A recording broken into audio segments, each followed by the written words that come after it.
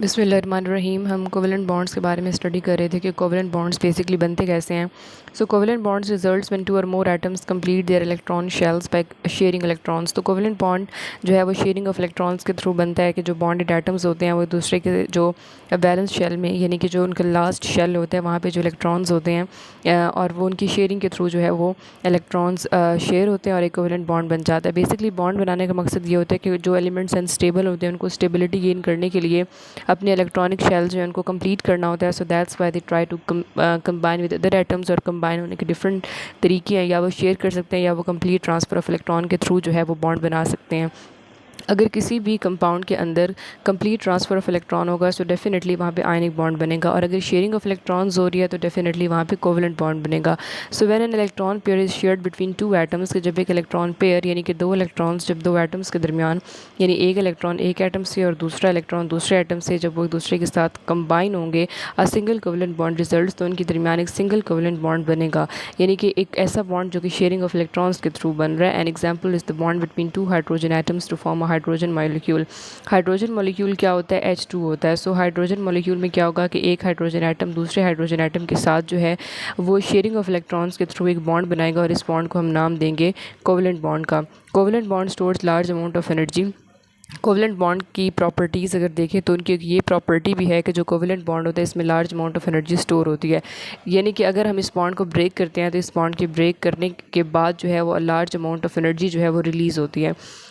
So when a carbon atom combines with four atoms or radicals, the four bonds are arranged symmetrically in a tetrahedron। वही tetravalency वाला concept है कि carbon जो है वो मज़ीद चार एटम्स के साथ बॉन्ड बनाएगा। जैसे अगर हम इस ब्रांच्ड चेन में देखें तो यहाँ पे एक कार्बन एटम है और मज़ीद चार कार्बन एटम्स के साथ बॉन्ड बना रहा है, और क्योंकि ये हम ऑर्गेनिक कंपाउंड्स को स्टडी कर रहे हैं जिसमें carbon as considered to be the backbone of organic compounds, ठीक है। जितने भी ऑर्गेनिक कंपाउंड्स होते हैं वहाँ पे कार्बन एटम जो है वो एक backbone of the organic compounds के तौर पे एक्ट कर रहा होता है। सो कार्बन एटम मज़ीद चार कार्बन एटम्स के साथ कंबाइन है और फर्दर वो हाइड्रोजन के साथ अटैच्ड है। यहाँ पे देखें तो आपको एक रिंग स्ट्रक्चर नज़र आ रहा है और यहाँ पे आपको एक अनब्रांच्ड एक लीनियर चेन नज़र आ रही है। तो ये तमाम की तमाम जो हैं ये प्रॉपर्टी, ये डिफरेंट टाइप्स ऑफ कंपाउंड्स किस वजह से आते हैं? Because of the tetravalency of carbon atom. अगर कार्बन की टेट्रावेलेंसी की प्रॉपर्टी ना होती तो कभी भी ऐसा ना होता कि एक कार्बन एटम मज़ीद चार एटम के साथ कार्बन एटम के साथ कंबाइन होता, और इस तरह से different types of organic compounds भी ना बन सकते। तो कार्बन जो है उसकी टेट्रावेलेंसी की वजह से different types of organic compounds जो हैं वो बन सकते हैं, और इसकी वजह से एक स्टेबल कॉन्फ़िगरेशन आती है। क्योंकि देखें ये एक नेचर का रूल है कि जितनी भी चीज़ें होती हैं इस नेचर में वो हमेशा ट्राई करते हैं कि वो स्टेबिलिटी को गेन करें। अब स्टेबल होने के डिफरेंट तरीके होते हैं। वो तमाम एलिमेंट्स, वो तमाम एटम्स जिनके आउटर मोस्ट शेल्स इनकम्प्लीट होते हैं तो डेफिनेटली वो अपनी स्टेबिलिटी को गेन करने के लिए रिएक्ट करेंगे। तो अंडरस्टूड बात है, जब वो स्टेबल हो जाएंगे तो उनकी रिएक्टिविटी बहुत कम हो जाएगी, ज़ीरो हो जाएगी। इस वजह से क्योंकि अब वो स्टेबल हो गए हैं तो मज़ीद वो रिएक्ट नहीं करेंगे। तो ऑर्गेनिक कंपाउंड्स में अगर हम देखें तो carbon is considered to be the basic element. Carbon carbon chains बनती हैं, लॉन्ग चेन्स बनती हैं, जिसकी वजह से स्टेबल ब्रांच और अनब्रांच चेन्स या रिंग्स बनती हैं। This ability of carbon is responsible for the vast variety of organic compounds. तो ये एबिलिटी कार्बन की कि जिसको आप कैटिनेशन भी कहते हैं कि एक कार्बन एटम मज़ीद कार्बन एटम के साथ कंबाइन होगा तो एक long chain of carbon atom आपको मिलेगी, और इसकी वजह से क्या होगा कि हमारे पास एक जो कंपाउंड्स हैं, यानी कि लार्ज अमाउंट ऑफ कंपाउंड्स जो हैं वो हमें ऑर्गेनिक कंपाउंड्स नज़र आ रहे होते हैं।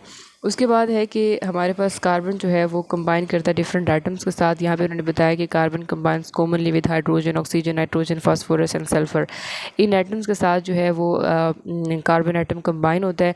Combination with these and other elements contribute to the large variety of organic compounds. Understood बात है कि अगर एक चीज़ इंडिविजुअली एग्जिस्ट कर रही है तो उसकी उसमें कोई वैरायटी नहीं होती, लेकिन अगर आप किसी चीज़ को किसी दूसरे के साथ कंबाइन करते हैं तो वहाँ पे वेरिएशन स्टार्ट हो जाती है, वहाँ पे जो है वो वैरायटी आ जाती है। तो जब carbon atom different type of atom के साथ, जैसे हाइड्रोजन के साथ, ऑक्सीजन के साथ, जैसे ग्लाइकोसिडिक बॉन्ड के अंदर कार्बन ऑक्सीजन बॉन्ड बनता है, तो इस तरह की बॉन्डिंग्स में large variety of organic compound जो है वो आपको मिलती है। कार्बन एंड हाइड्रोजन, जिसको आप CH बॉन्ड कहते हैं, इस the potential source of chemical energy for cellular activities. अब एक देखें कि एक सेल के अंदर डिफरेंट टाइप्स ऑफ एक्टिविटीज़ हो रही होती हैं, उसके अंदर डिफरेंट टाइप ऑफ ऑर्गेनेलीज होती हैं और उन तमाम को तमाम अपने फंक्शंस को परफॉर्म करने के लिए किस पे डिपेंड करती हैं, एटीपी पे। डेफिनेटली एक सेलुलर एक्टिविटी जो है उसका प्रॉपरली ऑर्गेनाइज्ड वे में होना बहुत ज़रूरी होता है। तो कार्बन हाइड्रोजन बॉन्ड जो है बेसिकली वो potential source of chemical energy है फॉर सेलुलर एक्टिविटीज़ के। एक सेल के अंदर जितनी भी होने वाली एक्टिविटीज़ होती हैं उनके लिए CH बॉन्ड बहुत इंपॉर्टेंट है। Carbon oxygen association in glycosidic linkages provide stability to the complex carbohydrate molecules. जो कार्बोहाइड्रेट्स होते हैं जिनको आप डिवाइड करते हैं मोनोसेक्राइड्स, फिर ओलिगोसेक्राइड्स और पॉलीसेक्राइड्स, तो वहाँ पे भी carbon oxygen bond glycosidic bond होता है। Carbon combines with nitrogen in amino acid linkages to form peptide bonds. Peptide bonds proteins में होती हैं। कार्बन एटम जब नाइट्रोजन के साथ कंबाइन करता है, amino acids are considered to be the building blocks of proteins. Proteins जब मिलते हैं तो पेप्टाइड बॉन्ड्स बनते हैं, क्योंकि अमाइनो एसिड्स एक दूसरे के साथ पेप्टाइड बॉन्ड या पेप्टाइड लिंकेज के थ्रू अटैच्ड होते हैं and form proteins which are very important due to their diversity in structure and functions. हम प्रोटीन्स को फर्दर डिटेल में भी स्टडी करेंगे और हमें पता चलेगा कि कितने इंपॉर्टेंट हैं proteins different types of mechanisms के लिए। उसके बाद है कि लार्ज ऑर्गेनिक मॉलिक्यूल्स जो मैक्रो मॉलिक्यूल्स होते हैं सच एज सेलुलोज हो गया, fats, proteins etcetera are generally insoluble in water. जो लार्ज ऑर्गेनिक मॉलिक्यूल्स जो होते हैं चूँकि वो नॉन पोलर होते हैं तो इसीलिए वो इनसॉल्युबल होते हैं वाटर में, क्योंकि वाटर एक पोलर कंपाउंड है। और हमें पता है कि लाइक डिसॉल्व लाइक फार्मूला के अकॉर्डिंग जो सेम प्रॉपर्टीज़ या जो पोलर अगर कंपाउंड है तो वो पोलर में डिज़ोल्व होगा, और अगर वो नॉन पोलर है तो वो नॉन पोलर में जो है वो डिज़ोल्व होगा। तो इस प्रॉपर्टी या इस फार्मूला के अकॉर्डिंग जो ऑर्गेनिक कंपाउंड्स होते हैं वो वाटर में इनसॉल्युबल होते हैं, hence the form structures of cells. They also serve as storage for smaller molecules like glucose, which in turns are responsible for providing energy to the cell.